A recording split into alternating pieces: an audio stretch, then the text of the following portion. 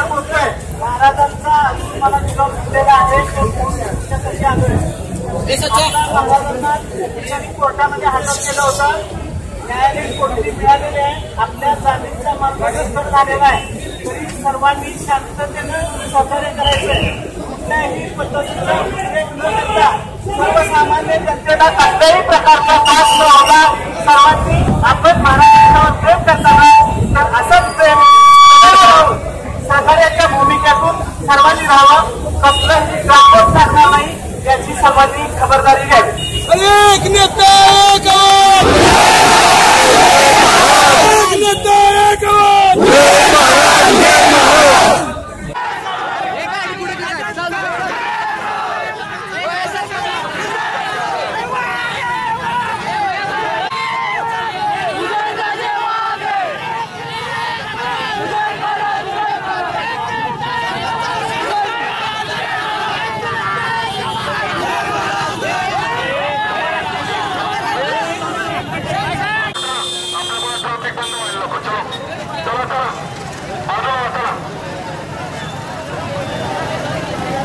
महाराष्ट्राचा आराध्य दैवत श्रीमंत छत्रपती उदयनराजेंना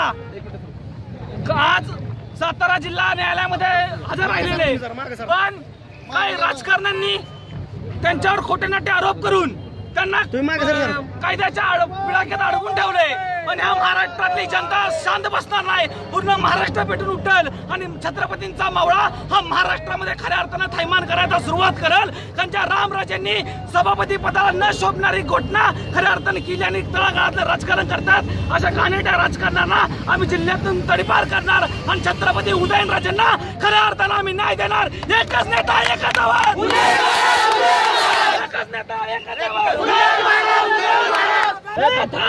राजकारणामुळे जे उदयन महाराजांना भोगावे लागले आहे त्याच्याबद्दल आम्ही सर्वजण निषेध करत आहोत। एकच नेता एकच आवाज एकच नेता एकच आवाज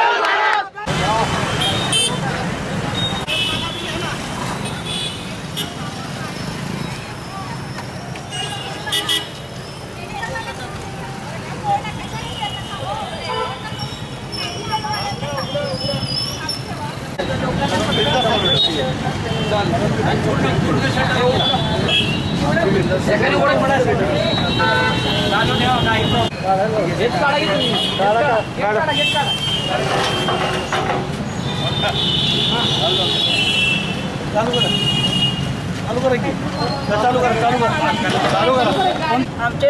लाडके नेते श्रीमंत छत्रपती उदयनराजे भोसले हे आज हजर झालेले आहेत त्याच्या निमित्ताने लोकांनी हा जो उत्स्फूर्तपणे आज बंद ठेवला आहे पण लोकांना आम्ही असं आवाहन करतो की जे अत्यावश्यक सेवा आहेत जसं मेडिकल असेल